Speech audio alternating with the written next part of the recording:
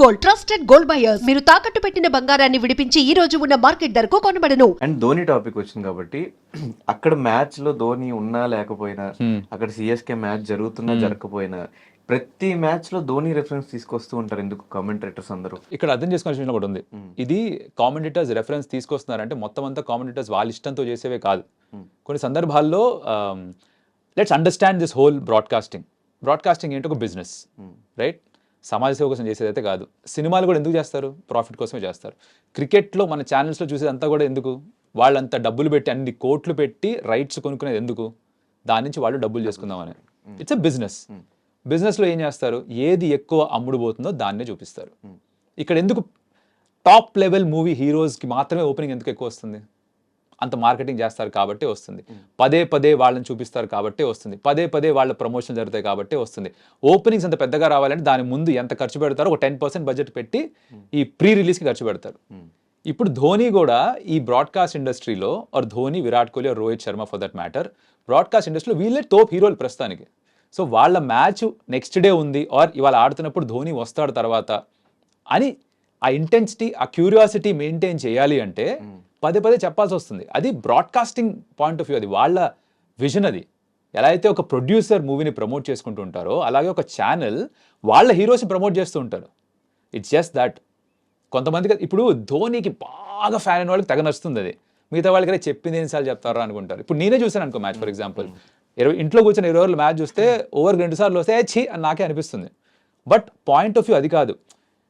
Match 20 ఓవర్లు చూసే audience ఉంటారు, మ్యాచ్ 1 ఓవర్ చూసి వెళ్ళిపోయే వాళ్ళు ఉంటారు, సరదాగా ఛానల్లోకి వచ్చి చూసి ఆ స్కోర్ చూసి వెళ్ళిపోయే వాళ్ళు ఉంటారు. వీళ్ళ సెన్స్ ఏంట్రా అంటే ఆ మధ్యలో వచ్చి వెళ్ళిపోతుంటారే వాళ్ళు వచ్చినప్పుడు చూస్తే అర్రే వస్తున్నాడా నెక్స్ట్ అని వాళ్ళు కూర్చోబెట్టాలి ఛానల్ ముందర. అది వాళ్ళ concept. Keep them on the channel, ఎక్కువ చేంజ్ చేయకుండా. ఎందుకంటే మధ్యలో వచ్చే యాడ్స్ తోటి డబ్బులు వస్తాయి. అలానే ఛానల్స్ రన్ అయ్యేది. It's all business man. అంటే వాళ్ళు చెప్పినా చెప్పకపోయినా మీ సైడ్ నుంచి కూడా కొంత ఇష్టంతో కూడిన ఒక ఇది ఉంటుంది. ఏమంటే ఒకవేళ లాస్ట్ బాల్ 6 రన్స్ కొట్టాలి అంటే ఇప్పుడు ధోనిలా ఫినిష్ చేస్తాడా అన్న ఆ రిఫరెన్స్ వాడతారు. అంటే మ్యాచ్ జరగకపోయినా ఇలాంటి రిఫరెన్స్ మీ సైడ్ నుంచి వచ్చినాయి కదా. Again it depends on the situation. ఇప్పుడు ధోని మ్యాచ్ రేపు వస్తుందో లేదా ధోని మ్యాచ్ ఇవాళ సిఎస్కే మ్యాచ్ అవుతుందా దాని మీద ధోని రెఫరెన్స్లు ఎక్కువ ఉంటాయి. బికాస్ చూపించే రిఫరెన్స్ కూడా ధోనివి ఎక్కువ ఉంటాయి. కొన్నిసార్లు ఏంటంటే అంటే ఇప్పుడు ధోని ఒక లెగసీ ఉంది. ఇండియాకి ఆడినంత సేపట్లో బెస్ట్ ఫినిషర్ ఎవడు వరల్డ్లో అంటే ధోని పేరే చెప్తారు. బికాజ్ ఆ నంబర్ 7లో తను ఎన్నో మ్యాచ్లు ఫినిష్ చేశాడు. వరల్డ్ కప్ 6తో ఫినిష్ చేశాడు. అట్లా వరల్డ్ కప్ మాత్రమే కాదు, బోల్డ్ అని మ్యాచెస్ తను లాస్ట్ ఓవర్లో ఫినిష్ చేసిన సందర్భాలు చాలా ఉన్నాయి. సో ధోని అంటే ఫినిషర్గా ఒక ముద్ర పడిపోయింది, ఒక ట్రేడ్ మార్క్ ఉంది. రాజమౌళి గారి సినిమాకు ఒక ఎస్ఎస్ రాజమౌళి అని స్టాంప్ ఎలా అయితే వేస్తారో ధోనికి ఫినిషర్ ఒక స్టాంప్ ఉంది. సో ఎవరు చేసినా సరే పోలికది. పోలికిచ్చేది ఎందుకు? ఇప్పుడు సూర్యకుమార్ యాదవ్ని మిస్టర్ 360 అంటారు, ఇండియా 360 అంటారు. అలాంటి ఏబీడీని తక్కువ చేసినట్టు కాదు, ఏబీ డివిలియర్స్తో పోలుస్తున్నట్టు. అలాగే ఎవరు ఫినిష్ చేసినా కూడా ధోని లాగా ఫినిష్ చేశారంటే అంత గొప్పగా ఫినిష్ చేశాడు రెఫరెన్స్ ఇవ్వడమే. అంతేగాని ఇక్కడ ధోని ఏదో ప్రతిసారి లేపేద్దామని కాదు, just reference. And CSK match జరుగుతున్నప్పుడు కూడా వికెట్ పడుతుందా, ధోని వస్తాడా, నెక్స్ట్ వస్తాడా, ఇది కూడా ఎంగేజ్ చేయడానికైనా కంప్లీట్ గా ఆఫ్ కోర్స్ అదే. అండ్ రెండు ఉన్నాయి ఇక్కడ. ఇప్పుడు మీరు సిఎస్కే ఫ్యానా, మీరు ధోని ఫ్యానా, దాని మీద డిపెండ్ అవుతుంది మొత్తం అంతా కూడా. మీరు ధోని ఫ్యాన్ అయితే వికెట్ పడాలని కోరుకుంటారు, సిఎస్కే ఫ్యాన్ అయితే వికెట్ పడకూడదు అని కోరుకుంటారు. యాజ్ ఎన్ ఆడియన్స్ కోరుకోవడం వేరు, కామెంటరీ చెప్పే వాళ్ళు కోరుకోవడం వేరు. కామెంటరీ కూడా ఏంటి, ఫ్యాన్ వాయిస్ ఎక్స్టెన్షనే, రైట్? ఇట్స్ జస్ట్ ఫ్యాన్ ఏం యాంటిసిపేట్ చేస్తున్నారు, ఏం ఎక్స్పెక్ట్ చేస్తున్నారో వాళ్ళ ఎక్స్పెక్టేషన్. కామెంటరీ కాదు కదా, అక్కడ ఏం జరుగుతుందో క్లియర్ గా రెండు రకాలు ఉంటాయి. రెండు రకాలు. ప్రొఫెషనల్ కామెంటరీ అయితే అదే నాకు తెలిసి. ఒకప్పుడు కామెంటరీ వేరే, ఒకప్పుడు కామెంటరీ వాజ్ జస్ట్ అబౌట్ ఏముందో విజువల్ దాని గురించి మాట్లాడడం, రైట్? దాని తర్వాత కామెంటరీ స్టైల్ మారింది. ప్రతి విషయం ఎలాగైతే మారుతూ వస్తుందో అలాగే కామెంటరీ స్టైల్ మారింది. ఇప్పుడు జరిగినట్టు చెప్పడానికి అది జనాలు ఎలాగో చూస్తున్నారు, రైట్? ఇప్పుడు యాంటిసిపేషన్ బిల్డ్ చేయడం ఇస్ కామెంటరీ, రైట్? ఈ కామెంటరీ కూడా అగైన్ కౌశిక్ డిసైడ్ చేసుకొని రాడు కామెంటరీ నెరేటివ్ స్టైల్ ఇలానే ఉంటుందని. నెరేటివ్ స్టైల్ ఎప్పుడు కూడా ఛానల్ డిసైడ్ చేస్తారు. దానికి మాటలు ఇచ్చేది, దానికి రూపం ఇచ్చేది ఒక కామెంటేటర్, దానికి వాయిస్ ఇచ్చేది ఒక కామెంటేటర్. ఓకే, నెరేటివ్ స్టైల్ ఎలా ఉండాలని డిసైడ్ చేసేది వాళ్ళు. సో వాళ్ళు ఈ దారిలో వెళ్ళాలి అంటారు, దారి వాళ్ళు చూపిస్తారు. ఆ దారిలో మేము సైకిల్ వేసుకెళ్తాం, పరిగెత్తుకెళ్తాం, నడుచుకుంటూ వెళ్తాం, పాక్కుంటూ వెళ్తాం, మా ఇష్టం. బట్ దారి వాళ్ళు చూపించేదే. ఆ దారిలో వచ్చే భాగంగానే ఇవన్నీ ఉంటాయి. దాన్ని చూసే బిల్డ్ చేస్తాను తప్ప స్పెసిఫిక్గా మాకుంటూ ఎజెండాలు ఉండవు. ఇప్పుడు నేను కామెంటరీ చేస్తున్నప్పుడు నేను ఎవరి ఫ్యాను కాదు, నాకు ఏ టీము ఇష్టం లేదు, బట్ ఆ రోజు ఒకవేళ సిఎస్కే గేమ్ని ప్రమోట్ చేయాలి, నెక్స్ట్ రాబోతుంది CSK game, so you obviously talk more about that. Visuals ఏమొస్తుంది దాని గురించి మాట్లాడతాం. అండ్ మీరు అన్న పాయింట్ ఉన్నట్టుగా చెప్పాలి కదా. ఉన్నట్టుగా చెప్పాలంటే కామెంట్ చేయాల్సిన అవసరం లేదు.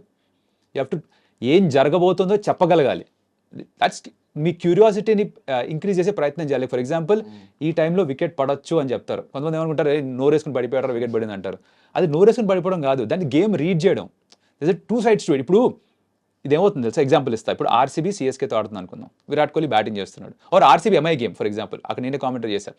RCB MI game Bumrah bowling చేస్తున్నాడు. కాంటెస్ట్ ఎవరి మధ్యన? కోహ్లీ ఇంకా బుమ్రా మధ్యన. మీరు కోహ్లీ ఫ్యాన్ అయితే కోహ్లీ అవుట్ అవ్వకూడదని కోరుకుంటారు, బుమ్రా ఫ్యాన్ అయితే బుమ్రాకి వికెట్ రావాలని కోరుకుంటారు. Fair enough, right? ఆ కాంటెస్ట్ ఎలా బిల్డ్ చేస్తాం? బెస్ట్ కాంటెస్ట్ ఈ మ్యాచ్లో ఇదే, కోహ్లీ టేకింగ్ ఆన్ బుమ్రా అంటాం. ఇప్పుడు బుమ్రా వరల్డ్లో బెస్ట్ బౌలర్, కోహ్లీ వరల్డ్లో బెస్ట్ బ్యాట్స్మెన్. ఇద్దరు ఆడుతున్నప్పుడు ఎవరిని ఏది ఎక్కువ బిల్డ్ చేయాలి? కోహ్లీ డామినేట్ చేస్తాడా, బుమ్రా డామినేట్ చేస్తాడా?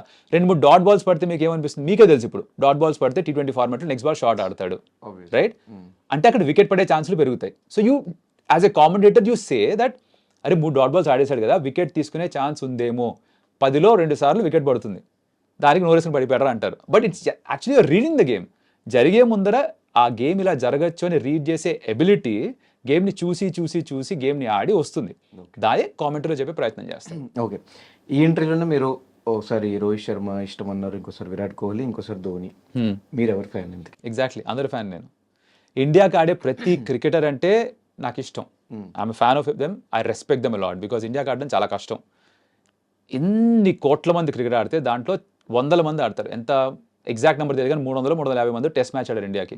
మొత్తం అంతా కలిపిన 1000 మంది కంటే ఎక్కువ ఉండరు టెస్ట్, ఓడిఐ, T20 ఆడింది ఇన్ని కోట్ల మందిలో. అంటే ఇండియా వరకు ఆడాలి, అక్కడ వరకు వెళ్ళాలి అంటే ఎంత కష్టపడాలో ఒక చిన్న ఐడియా నాకు ఉంది. సో అక్కడ వరకు వెళ్ళిన ప్రతి ఒక్కరిని నేను రెస్పెక్ట్ చేస్తాను, ప్రతి ఒక్కరికి ఫ్యాన్ నేను. It's not just Virat, Rohit or Dhoni.